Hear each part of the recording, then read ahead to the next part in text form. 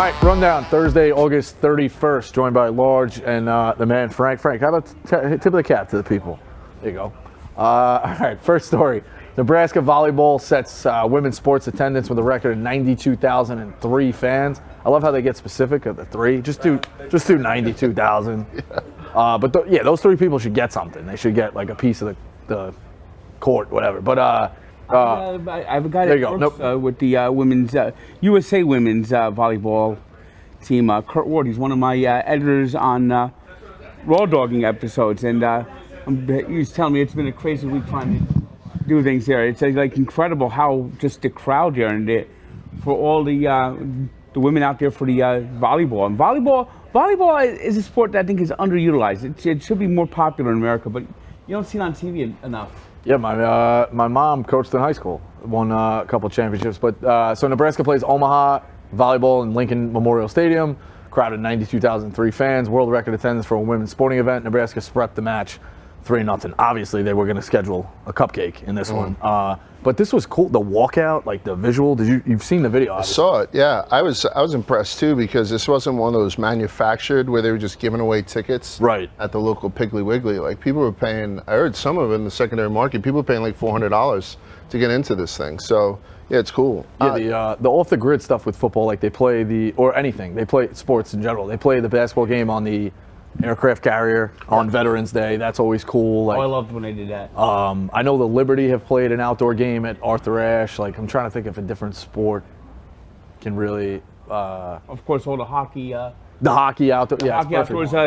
In fact, at MetLife this year in February, they're going to have back-to-back nights. On one night, it's going to be Rangers Islanders, and the next night it's going to be Devils versus Flyers. That's pretty sweet. When I was in college, they had to like even for women's basketball, they had to have like the men's football team come in and do like a slam dunk contest at halftime. And that would be the only way they can get people to show up. And then as soon as the slam dunk was over, everyone would clear out. But everyone seemed kind of invested. I figured now, if you're a women's volleyball team recruiter, like how the fuck do you recruit against that video, right? Yeah. Right? Like this is the greatest thing ever for a high school women's volleyball player. Or somebody else looks at that and says, all right, they did it, we're going to do it, and now it just elevates the sport, you know? So, and you look at the Final Four. Yeah, that looks awesome. It's nuts. Thrown out. Do you think other schools could do this? I mean, I'm assuming other schools will now, right? Like, I would assume like they. I know UNC's women's. Katie should have been good to ask. I know UNC's women's soccer team was like the winningest of all time, but they already play outdoors, so that's where it gets hairy. Like it's got to be an indoor sport. But look at the Final Four this year, right? The men's Final Four was the same weekend as the women's, with San Diego State and Florida Atlantic, and even Miami is a big basketball school, or a big sports school, but never really had major success in basketball. That Final Four was kind of down. The women's Final Four went berserk in terms of Caitlin Clark, LSU. Like people were, and they were in close areas. There were people at the men's who were like, I can't wait there Sunday to go dodown to Dallas from Houston. So women's sports, Florida this year is the two Florida teams, and South Florida is kind of. Yeah, it's but this was an electric environment without a doubt, like unbelievable. If there were 92,000 people there watching the game, who was at home making all the sandwiches? Especially in Nebraska. It was farming. What's the next one, John? Mitch McConnell freezes up during press conference again. For the second time, Mitch McConnell completely freezes during a press conference. We might not have rights to the video, but Mitch McConnell, if you've seen it, I don't know. Oh yeah, well, give us a shout out. But yeah, this is, I don't know. It's kind of, listen, without getting political, like you do have people in office forever. Like if you look at the guy, I don't know. He's making decisions. Like what? Yeah, this isn't. It's very, very. It's one of the few topics where you don't have to get political to know that this guy shouldn't be buying green bananas, much less have a fucking government post. I mean, right? It's both on both sides. I mean, we got Mitch McConnell is just like this, and meanwhile they're wheeling in Dianne Feinstein to every vote, and she's like, she can't even like raise her hand anymore. She doesn't. I don't even know she's physically conscious. I mean, CNN should have a debate between Mitch McConnell and Dianne Feinstein. It'll be. But I mean, there's also the guy in the sweatshirt down in Philly, right? What the hell is the guy's name? The big dude? I don't know. I think he was. The senator, Fetterman. John Fetterman. Yeah, I don't understand this. Like, I won't vote, and I'm the oldest guy here. I will never vote for somebody above the age probably of 65. I mean, well, it's not. But those are the only guys running. It's not the. It's That's not where it gets. No, it is the age thing. I mean, this. Oh, whether or not he goes earlier, sure. But it's this. People's brains go differently. How they age is differently. I say this, that every politician over a certain age, or every politician in general, should have to pass a neurological exam if there's any doubt of their issues. And if they can't pass a simple neurological exam, this guy shouldn't be doing anything. I actually saw someone say this. It's elder abuse that he's actually still got this. He's still doing this. And because he's not running things. He's got people. His aides are running people. The Republican Party's running him, and the Democrat Party's running Feinstein. They're both puppets. They're not elected representing the people anymore. They have behind-the-scenes bureaucrats and puppet masters running things, and that's why they let these old people go out there, and the party machine and the apparatus are the ones running everything. And that's why everything's so fucked up in this country. I feel like, yeah. Makes sense. Yeah. Makes sense. We should storm the Capitol. But imagine like a fireside chat with him and Biden. Like, how unelectric that would be. How about Dianne Feinstein? Yeah. She's a mess too. Yeah. She's still active senator. You wonder what the benefit of them staying. Like, is it a high-paying salary? Like it gives them a purpose. Like that they just kind of stay there welcome. So why don't they want to retire? I don't know. I guess they feel if they retire, they die. It's the name, one. Yeah. Two, it's the figureheads. Is people just vote for names. They vote for this, they vote for that, they vote for the party. Basically, it's blood for Crips when we vote anyway. Yeah. But it's ridiculous. He is not capable of being a senator. He's got aides pushing the button for him to make his votes. Yeah. Nice, Frank. This makes sense. Yeah, I mean, you can only do so much as you get older. ESPN will broadcast ACC games in movie theaters. ACC football fans will be able to watch telecasts on their local teams' road games in local movie theaters. ESPN and Theater Sports Network. Be 75 games featuring ACC matchups, New Year's Bowl 6 games, and the college football playoff and the national championship. So the spin zone of this, I think movie theaters are. Big T wrote this too. Movie theaters are super fucking comfortable. Yeah. Elite snacks. Untouchable popcorn. Right. If you can get a bunch of your buddies there, the only thing I would ask, the caveat, is can you bring in kind of your own food? Right. So like, perfect segue, which we did. Yeah, well, with the 6-foot hero, I wrote the homage to the 6-foot hero. Like, Yeah. You have a bunch of your buddies, like it's more room than a couch. Yeah. Like even in the nicest living rooms, I don't know, go to a theater, you got 10 of your buddies, like especially if your team is in it, you're an alma mater. I think this is kind of a decent spin. I don't know if I would do it every year, but I could definitely see. I know they used to play boxing matches in movie theaters. That's how I got into boxing. Hunter Hearns. Who's Hagler Hearns. Hagler Hearns, I think. Yeah. Sugar Ray Leonard, Hagler. Yeah. Like that's a great spot to watch. You reclined. Like think about it. They serve booze in there now too, which is the one thing that was missing years ago about going to. But I used to go watch, and that's why I'm into boxing, because we used to go pay $5 and on closed circuit watch the Four Kings. You know what I mean? Which like tar heroin got us hooked, and it was because we were watching it on movie theaters too. I tell you what, Super Bowl Sunday, I usually go to a movie theater every Super Bowl Sunday and catch the first showing of some football-related movie. And it makes me want to run through a fucking wall before the Super Bowl starts at home. Like to go see We Are the Titans, because they play them in the local AMCs and stuff. So yeah, I'm a big movie theater guy. I sneak a lot of snacks in illegally. I'm actually one of those assholes that takes home the soda cup. I wash it out and I bring back the fucking soda cup. So I sneak that in too. I don't know why I do, because I don't break a lot of laws, but I do it with that. And, so yeah, I get down to do Well, that. I'll tell you what, the one I remember, the cheapest thing I do. This is 6 or 7 years ago. I was working at a school and I went on a trip to the movie theater, right? And I look and it says number 1, small popcorn, small soda, mediums, number 2, right down the line. Right. So you're obviously getting the big one. I'm like, large popcorn, large soda, number 3. So I said, hold on, and you look at the prices individually. I said, it's the same price. Yeah. What's the point of the combo? They go, no, we just do the combo for our convenience. Like, oh, that's a lot. You're already banging me for like $14 for both of these. And then you sit there and watch 20 minutes of trailers. Yeah, exactly. Well, you're halfway through it. That's the thing is pace yourself with the popcorn for the trailers. But like the NCAA tournament, you know, like parties. I also think to get people back into boxing and UFC, rather than like on your own TV. Yeah. You know, like just pay. What do you pay think a cover about people being like fans going at it? Like if you're at an ACC game and all of a sudden there's a bunch of Clemson jerk-offs who start to get a little bit loud. You know what I'm saying? I think with this you can like, I think they would rib to an extent, but it would be pretty civil. Like and it'd be a good environment. I think most of the people that are going to do this are be like if Clemson's playing in Tallahassee, it'll be the theater will be in Clemson, and you'll have Clemson fans there. Yeah. Right. Until this one poor bastard shows up, right, an FSU shirt on, right, and then and as long as they don't beat them senseless. Yeah, that's good to though. You want that environment of the ribbing. That's why I'll never understand people at sporting events getting in fistfights. Like, you paid so much to get there. I guess though people have home theaters though now that they build up to have that. But I would definitely, I mean, I'd recommend it too. Watching a sporting event on a fucking movie screen is a totally different experience if you've never done it.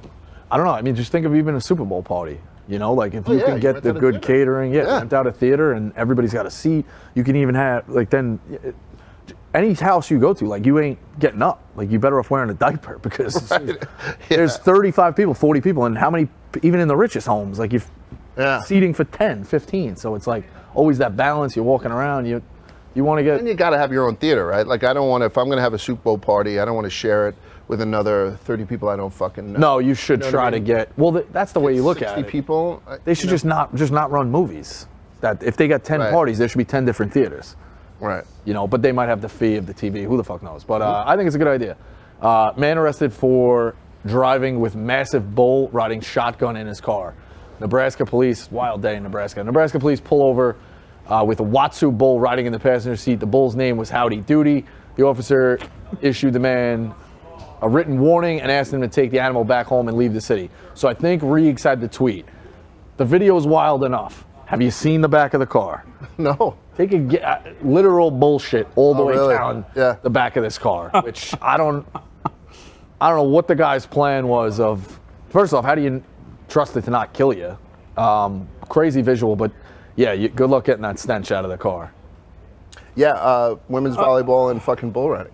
I mean, I don't even know how Reeds had the one in the I don't even know how he got the bull into the car. Yeah, look at the. I mean, there must have been zoom in on that. There must have been tranquilizers all over the place. Yeah, this is and he should be. Yeah, he got off very easy. That's something. Shit, right I've down had the back my of the car. license taken away for a lot less. Yeah. Fucking nuts. I mean, could he couldn't rent a truck at least, or a U-Haul and put it in a U-Haul? If you look, it looks like it's still, I don't know, 50. He's got to move with traffic, but.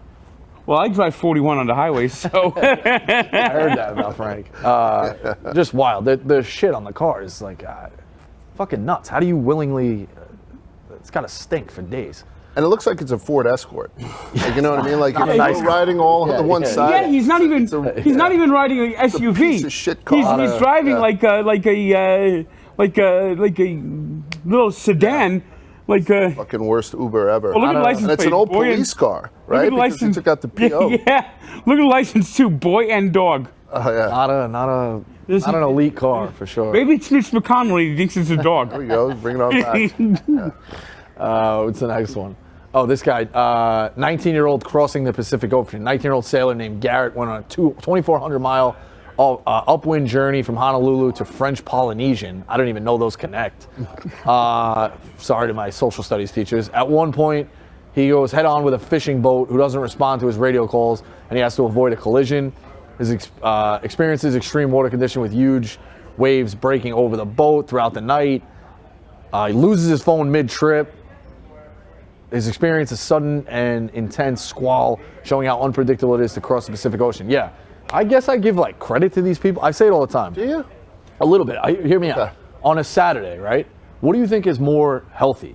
The guy who gets up, goes to the gym at 6, 7 o'clock in the morning, gets a coffee, goes for a walk, finds an old chair to sand down and paint, reads a book, sits outside. That guy's doing way more productive stuff than me going to get a bacon, egg, and cheese and locking myself in my basement watching South Alabama Tulane and every other streaming device all day long and getting upset and losing money responsibly. But That guy did way more than me, but that's his like I'll never understand his hobbies, he'll never understand mine.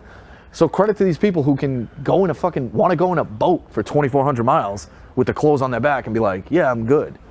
I do still think they're weirdos, to answer your question. Yes, complete weirdos, but I kind of give them credit. Like, who the fuck gets in a boat? He's got a little bit of an explorer spirit. I mean, definitely did treacherous waterways. You can't lose the phone if you're by yourself, though. You just can't lose the phone. Treacherous waterways. Is anyone secretly rooting for him to die like I am? Because when it comes down to it, and you're reaching these squalls where these walls of water are coming over, and you're about to die, like, what did you die for?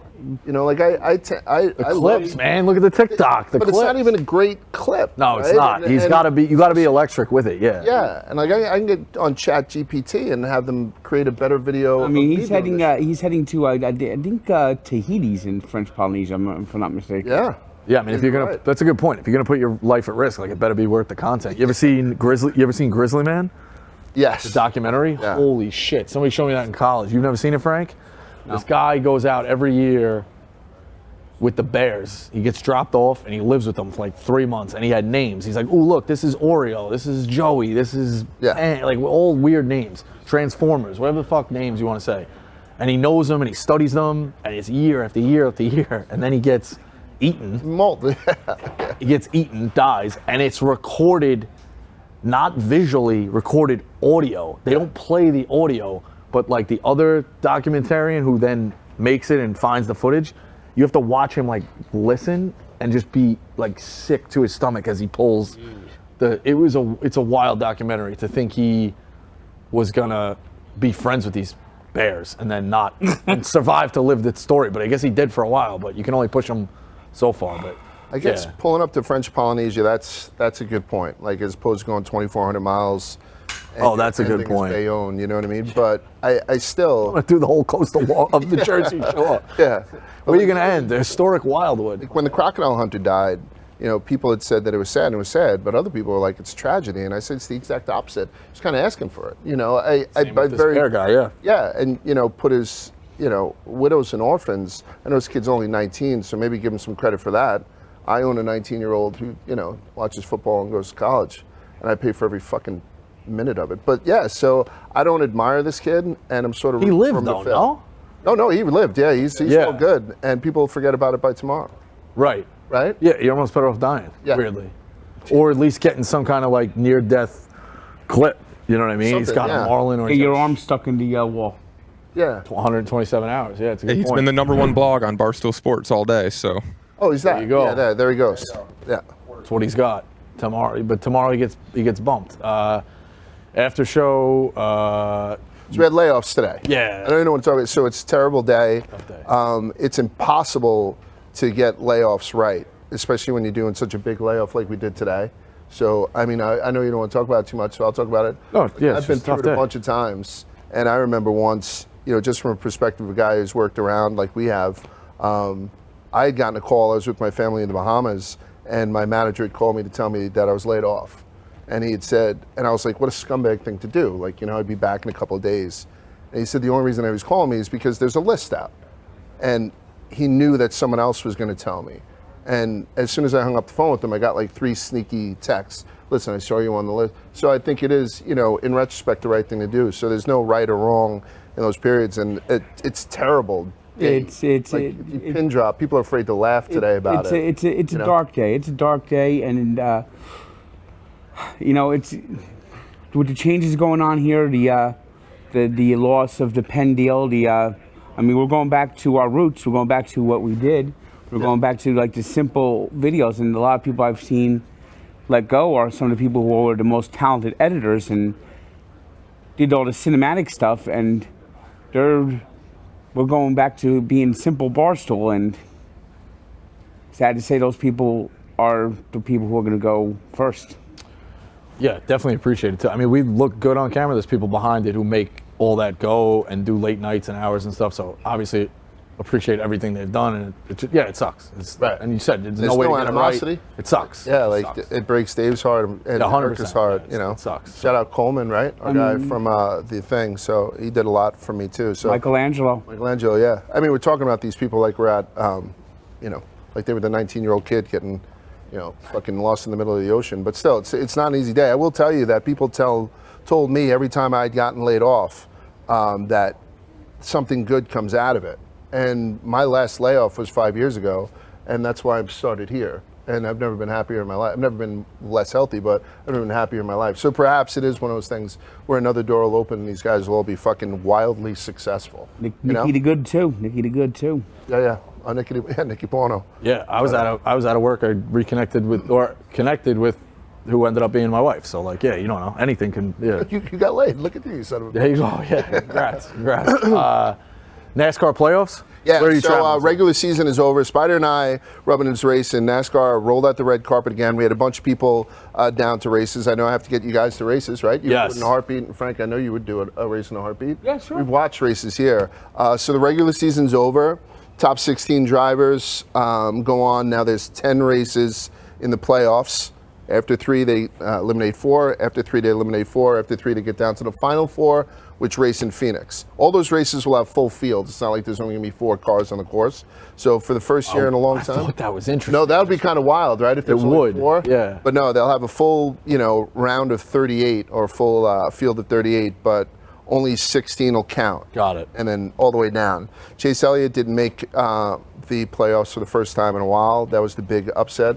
But he didn't really deserve it, right, Frank? No, he was snowboarding, got injured, got suspended. I mean, you lose those weeks, you fall out of the chase.